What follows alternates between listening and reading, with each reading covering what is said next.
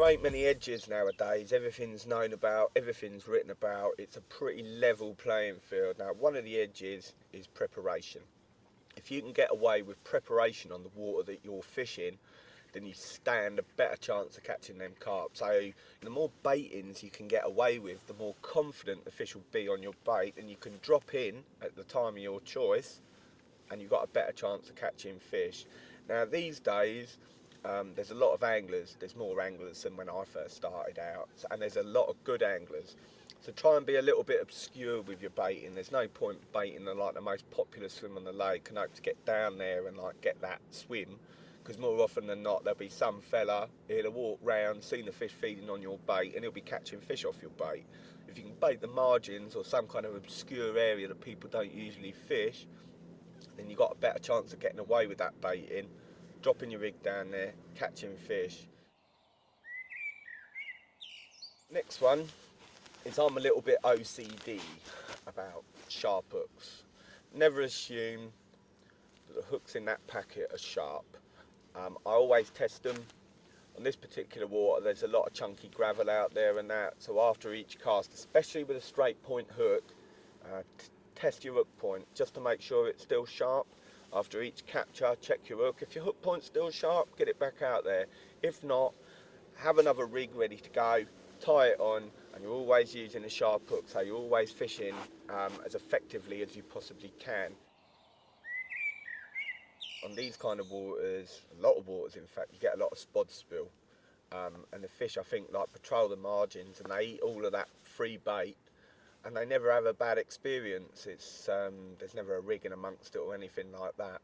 And I think quite often, especially on big waters, like people are always trying to get out there. You're looking, you think, oh, I have to hit that spot, or I have to hit that spot, and like it makes me wonder how many people actually just do like a little underarm flick nowadays, just up the margins. It's funny, a mate of mine, he was fishing the other day, and there's a usual spot probably about 80 yards out in front, the usual spot that most people go to, out to the deep silt. He caught them close in, just plopped them close in. Sure enough, because the fish ain't got no fear there.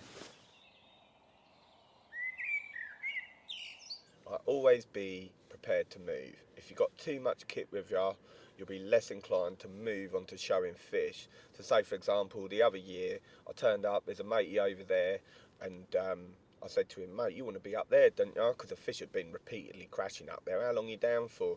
And he said, oh, you know, a couple of nights. He said, oh, I put a lot of bait out there and that. He had loads of kit with him and that. Fair play to him, he was nice and comfy, but he didn't want to move because it had been such a rigmarole to get down there.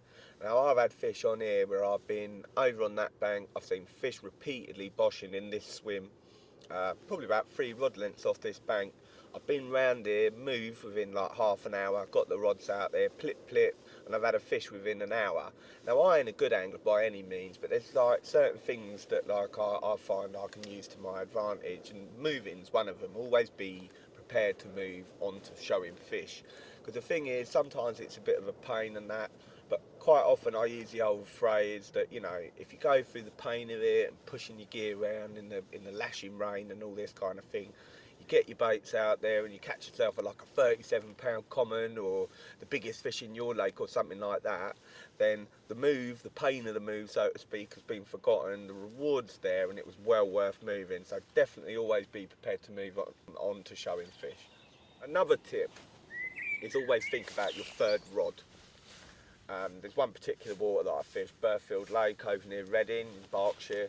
I kind of determined that there was like 2 islands out in front of me, a couple of gravel bars, like extensions of the island, so to speak, and I was fishing the ends of them.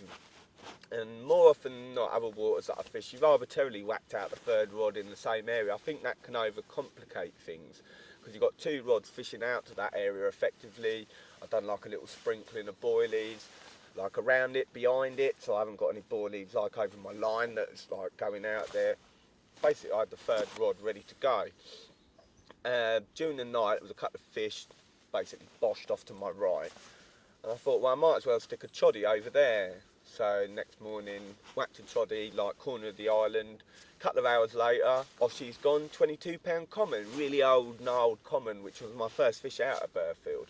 It just shows that, like, if you bide your time and think about putting your third rod out, that might be the rod that you get the bite on. So instead of doing the same old thing and putting it out to that like baited area, think about it, put it somewhere different, you might get a bite. Alternatively, we always used to use our third rod as using something like a little bit different, maybe something you wouldn't ordinarily use, like say for example a lump of luncheon meat or something like that. Plot that down the margins and that might be the one that you get the bite on. So always think about your third rod.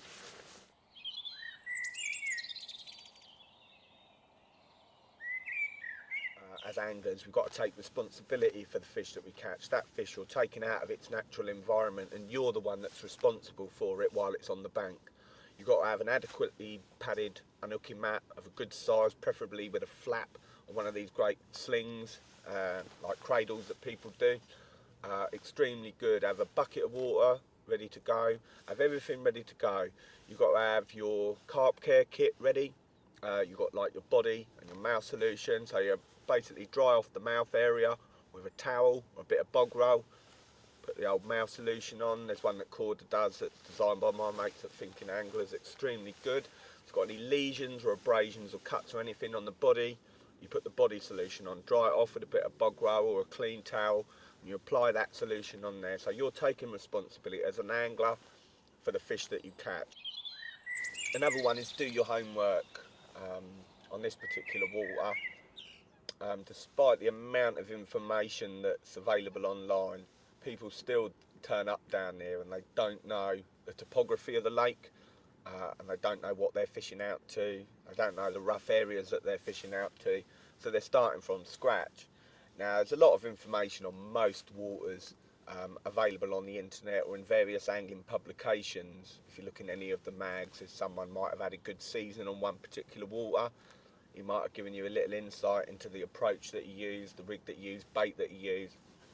Also some of the aerial photography websites, you can zoom in on particular lakes and see like obvious bars or deep areas. Now that's quite important, especially during the winter months, because more often than not the fish ain't going to be in them shallow areas, they're going to be in deep areas. Also find out, especially during the winter months, there might be noted winter areas. So the more homework you do, the more preparation that you do, the better chance that you're giving yourself of catching carp when you eventually do fish.